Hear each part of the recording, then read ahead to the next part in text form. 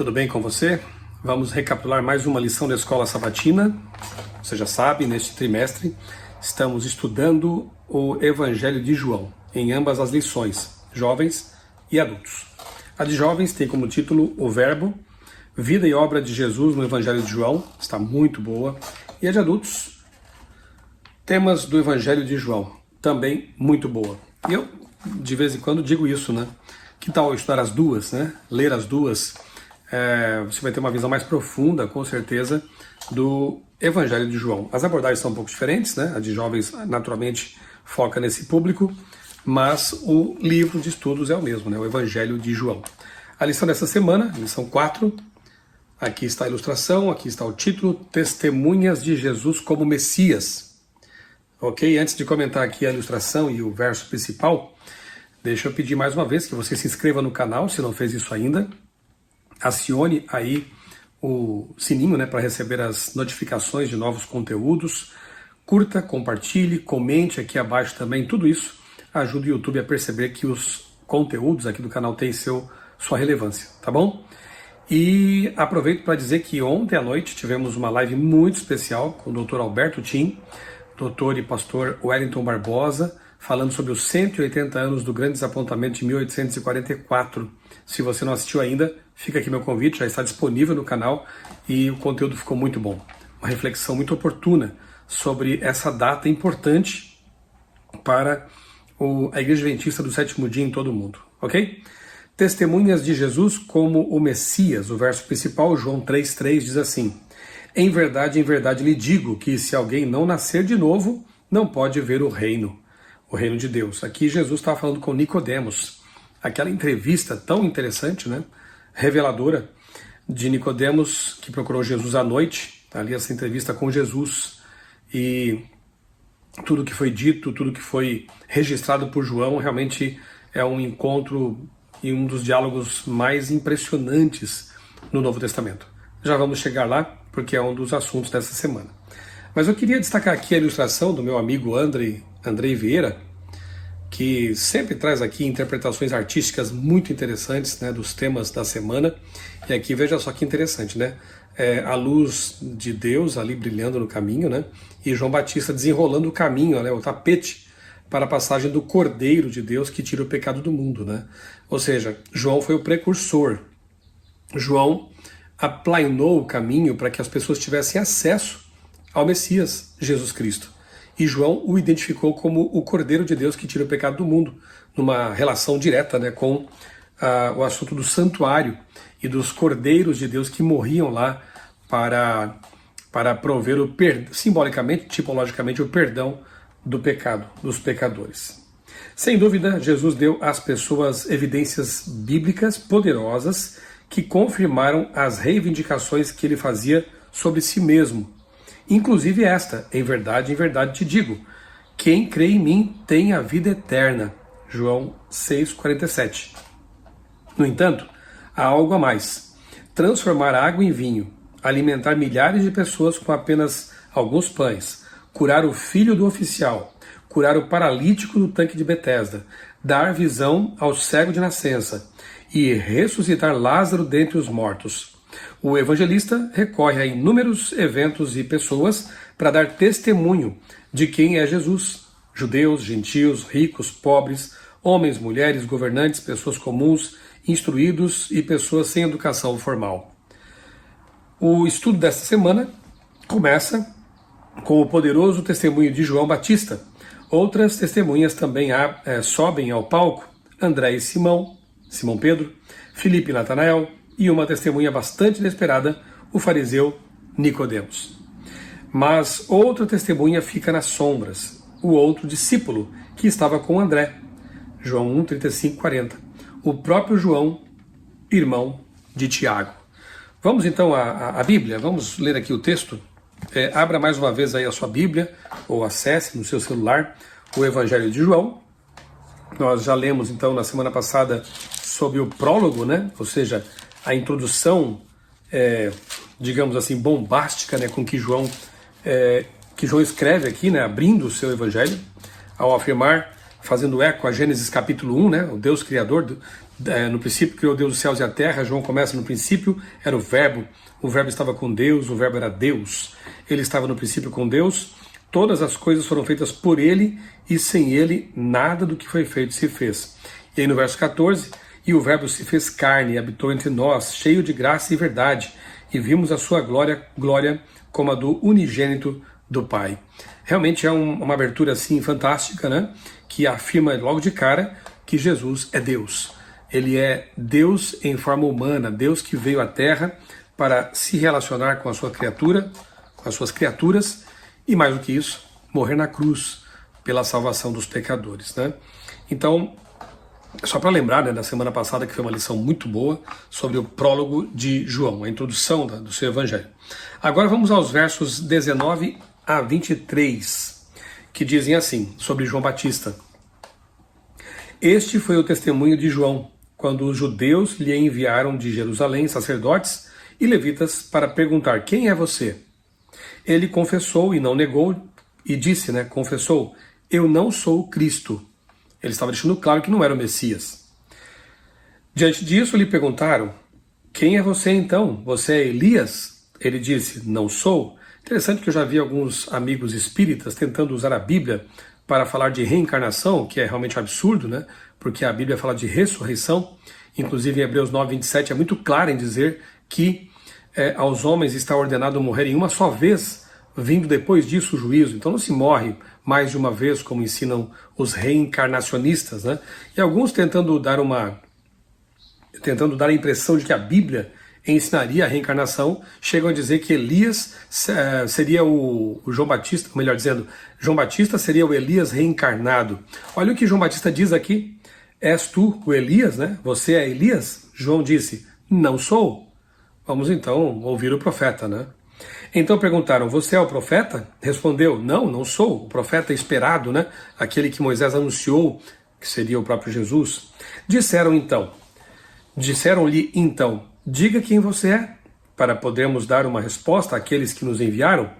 O que é que você diz a respeito de si mesmo? Então ele respondeu.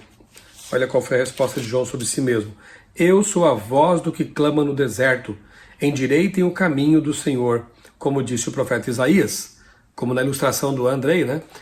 Abrindo o caminho, aplainando o caminho para Jesus. Interessante que aqui, João Batista, inspirado por Deus, ele cita Isaías 40, verso 3. E se você ler lá esse texto, Isaías 40, verso 3, ele se refere a Yahvé. Endireitem o caminho do Senhor. O Senhor do Antigo Testamento, em Isaías, Yahvé, o Deus Todo-Poderoso. Mas aqui, João diz que ele veio para endireitar o caminho de quem? Qual Senhor?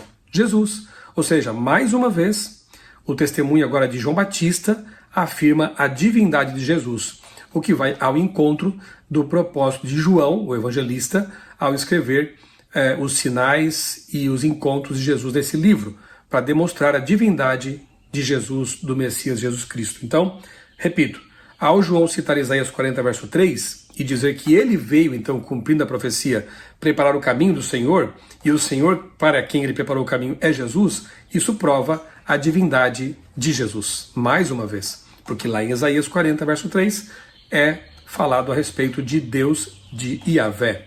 Portanto, Jesus é Yahvé, né? Aqui na lição de domingo, diz assim: ele não era a luz, mas tinha sido enviado por Deus para dar testemunho da luz e preparar o povo para a vinda do Messias. Portanto, João Batista teve essa missão tão importante, né? O que faz dele, como disse Jesus, um dos maiores, né? O maior nascido de mulher, né? O maior dos profetas, porque todos os profetas anteriores anunciaram o que viria. João Batista viu. João Batista batizou Jesus, João Batista preparou literalmente o caminho para o Senhor. Então realmente foi um profeta de muito destaque, né? Além disso, João batizava com água, mas Cristo batizaria com o Espírito Santo. João não era digno de desamarrar as correias das sandálias de Jesus. Cristo era mais importante do que João, porque existia antes dele, como diz João 1,30, né? Jesus era o Filho de Deus e João apenas apontou para ele. Às vezes, servos eram enviados à frente do rei para nivelar a superfície das estradas e eliminar curvas acentuadas, ou seja, João Batista fez exatamente essa desempenhou essa missão, né, de preparar o caminho, de tornar mais plano o caminho para o rei. E a pergunta final aqui de domingo é muito relevante para nós, diz assim: de que forma, como adventistas do sétimo dia, devemos cumprir o mesmo tipo de ministério que João Batista realizou? Quais são os paralelos entre nós e ele? Bem, há muita coisa que poderia ser dita sobre esses paralelos, né, entre Elias, João Batista e o povo de Deus nos últimos dias, né? Primeiro, nós temos que preparar o caminho para a segunda vinda de Cristo, no sentido de tornar mais fácil as pessoas crer nisso, compreender isso. Portanto, temos que, como João Batista, pregar, não agora a primeira vinda, como João Batista pregou, mas a segunda vinda de Cristo. Falar disso e viver, dar o exemplo. João Batista, ele se trajava de maneira simples, ele se alimentava de maneira simples, ele vivia de maneira simples, vivia para pregar. Ele batizava, ele evangelizava. O que temos que fazer então nesses últimos dias? Também nós temos uma vida simples, sem esbanjamento, ostentações, focalizar nossos talentos, nossos recursos, principalmente para a pregação do Evangelho, nos trajar de modo digno, simples, como nos orienta muito bem a igreja, né? A palavra de Deus, a própria Ellen White tem textos sobre isso. Então, como os Joões e Marias Batista, digamos assim, nos últimos dias, nós temos que imitar também esses profetas que nos antecederam e anunciar a volta de Jesus, preparar o caminho para a volta de Jesus, que ele nos ajude a ser realmente como João Batista, ter uma vida focada, uma vida dedicada a essa missão tão importante de pregar, anunciar o Salvador, o Messias. Segunda-feira, o Cordeiro de Deus. E aí nós lemos os versos 29 a 37, que dizem assim: no dia seguinte, vendo que Jesus vinha na sua direção, João disse: eis o Cordeiro de Deus que tira o pecado do mundo. Este é aquele a respeito de quem eu falava, quando disse: depois de mim vem um homem que é mais importante do que eu, porque já existia antes de mim. Eu mesmo não o conhecia, mas vim batizando com água, a fim de que ele fosse manifestado a Israel. E João testemunhou, dizendo: vi o Espírito descer do céu, como pomba, e pousar sobre ele. Eu não o conhecia, aquele, porém, que me enviou a batizar com água, me disse: aquele sobre quem você vir descer e pousar o Espírito, esse é o que batiza com o Espírito Santo. Pois eu mesmo vi e dou testemunho de que ele é o Filho de Deus. Claro que João Batista viu, né? Ele protagonizou essa cena, né, ao batizar Jesus. No dia seguinte, João estava outra vez na companhia de dois de seus discípulos, e vendo Jesus passar, disse: eis o Cordeiro de Deus. Os dois discípulos, ouvindo dizer isso, seguiram Jesus. Então esse é o texto para a parte de segunda-feira, ok?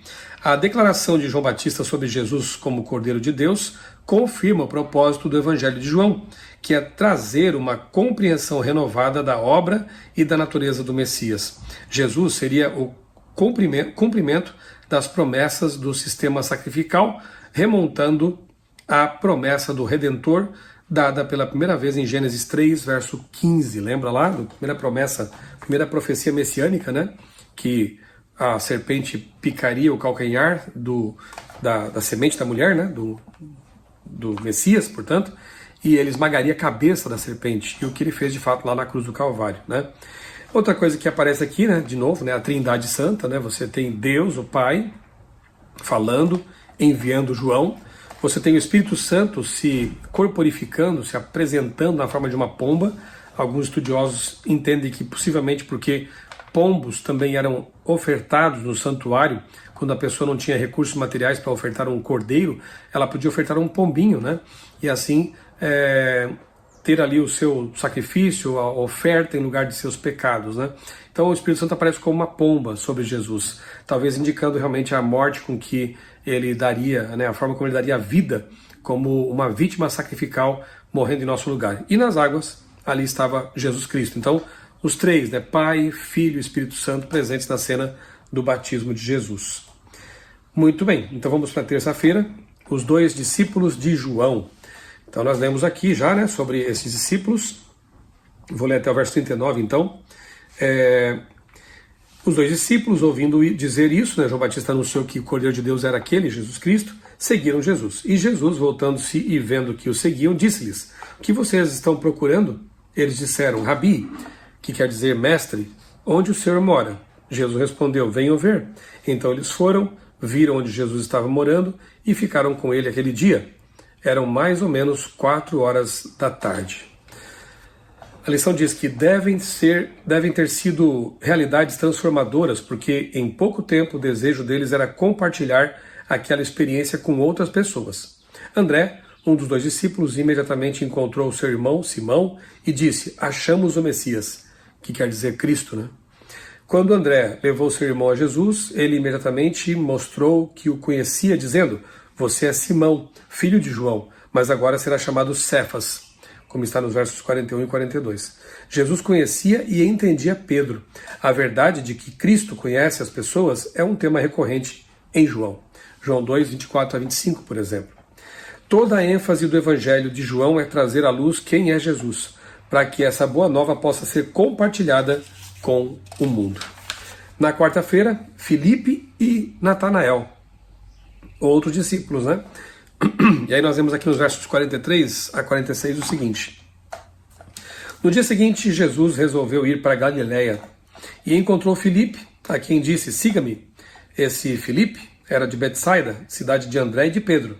Filipe encontrou Natanael e lhe disse, olha só, o desejo deles, uma vez que encontravam Jesus, de levar a outros e convidá-los também para seguir Jesus. Esse tem que ser também o nosso desejo constante, de levar Cristo às pessoas, convidá-las para viver a mesma experiência que nós vivemos em ter Jesus conosco o tempo todo.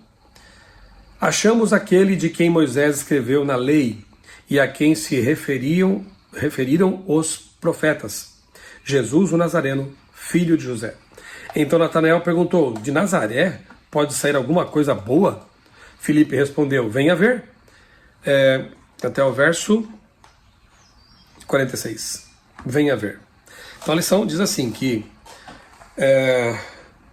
Natanael tinha preconceitos contra Jesus. Um rei não viria de tal local, tal cidade tão desprezada.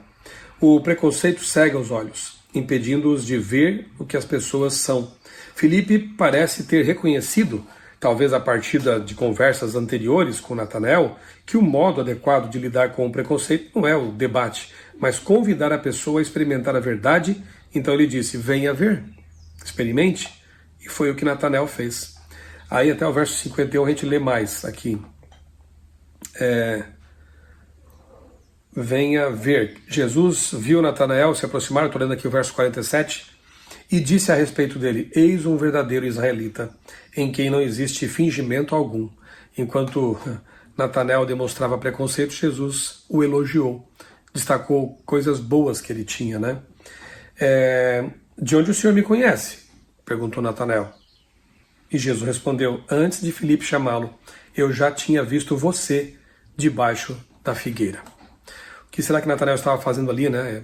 Certamente estava ali, possivelmente estava ali orando, pensando, quem sabe, no Messias, né? Na salvação de Israel, e Jesus revelou que sabia da vida dele, de que ele estava lá debaixo daquela árvore, e aí isso com certeza derrubou os preconceitos de Natanael. Porque ele disse assim, mestre, o Senhor é o Filho de Deus, o Senhor é o Rei de Israel. Ao que Jesus respondeu, você crê porque eu disse que tinha visto você debaixo da figueira? Pois você verá coisas maiores do que estas. Verso 51, e acrescentou, em verdade lhes digo, que vocês verão o céu aberto e os anjos de Deus subindo e descendo sobre o Filho do Homem. De fato, aqueles que aceitaram o chamado e que passaram a seguir Jesus viram coisas maravilhosas a partir do momento que aceitaram esse chamado, né? Depois Jesus diz que o tinha visto debaixo de uma figueira. E essa declaração convence Natanael. Por discernimento divino, Jesus viu Natanael orando, buscando a verdade debaixo daquela árvore. Ellen White diz isso, né, em Desejo de Orações, páginas 102 e 103. Natanael, então, faz uma confissão cheia de entusiasmo, chamando Jesus de mestre, rabi, filho de Deus e rei de Israel. A revelação de um fato aparentemente insignificante levou a uma confissão de fé. Quinta-feira, o testemunho de Nicodemos. E aí nós temos aqui João 3, 1 a 21. Leia na sua Bíblia, realmente é um encontro emocionante. Nicodemos procurou Jesus de noite para evitar que pessoas o vissem ali, um mestre em Israel, buscando conselhos e sabedoria de outro mestre. Nicodemos não queria passar por isso, se expor.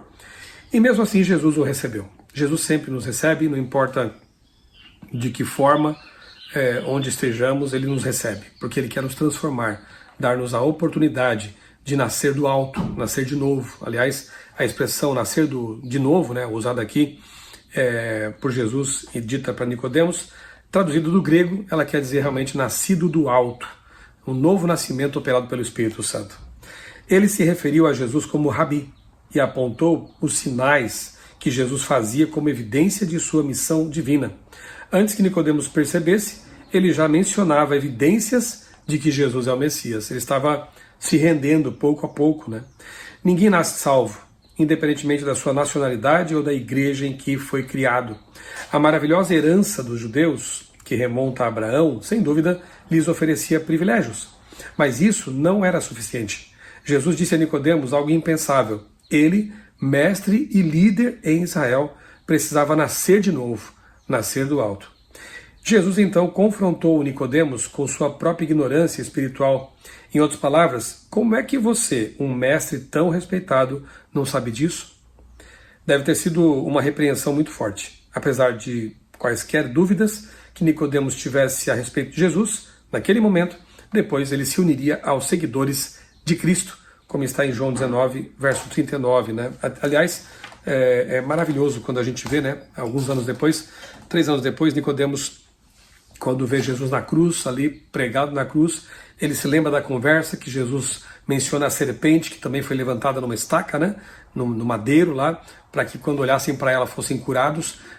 Os pecadores, ao olhar para Jesus, também seriam curados de seu pecado. E aí Nicodemos viu que realmente a única opção lógica, coerente e correta que ele tinha era seguir Jesus. E juntamente com José de Arimateia, outro membro do Sinédrio, vão lá e pedem o corpo de Jesus e se tornam seguidores de Jesus. Nicodemos, ele dedicou seus talentos, dedicou sua fortuna para a pregação do Evangelho. E a conversão de Nicodemos é outra evidência tremenda de que Jesus realmente é o Messias e de que a argumentação de João Evangelista, nesse livro, ela é fidedigna, né? Jesus era Deus em forma humana e Nicodemos, um fariseu, um mestre da lei, aceitou isso, creu nisso. Se o Evangelho fosse uma falsificação, você acha que Nicodemos, José de Arimateia e outras autoridades permitiriam que o nome deles constasse no Evangelho? Eles iriam mandar tirar aquilo e processar, se fosse hoje, né, os autores por colocar ali mentiras. Mas não, eles entregaram a vida a Jesus e foram uma bênção para o cristianismo lá nos seus primeiros anos. Deus nos ajude também a ser testemunhas de Cristo e a, como João Batista, prepararmos o caminho para a segunda vinda de Jesus. Vamos orar? Bondoso Deus, maravilhoso Pai, muito obrigado, Senhor, por mais essa lição da Escola Sabatina, porque tivemos mais uma vez o privilégio de estudar o Evangelho de João e ver ali o testemunho de pessoas e fatos relatados que nos fazem crer, mais uma vez, que Jesus é o Messias, Jesus é o Salvador e Jesus é o nosso Deus. Ajuda-nos, Pai, a viver como João Batista, a viver para a missão, a nos trajarmos de forma simples, decente, correta, humilde, a vivermos de maneira simples, focada na pregação do Evangelho, a nos alimentarmos de maneira simples, saudável, para termos uma mente clara, um discernimento espiritual correto e assim ser testemunhas poderosas, cheias do Espírito, como João Batista era, e proclamarmos a segunda vinda de Cristo. Usa, Pai, a nós todos, a Tua Igreja, neste momento final. É o que nós pedimos, agradecidos, em nome do Senhor Jesus. Amém. Um abraço para você. Deus abençoe grandemente a sua vida e também a sua família.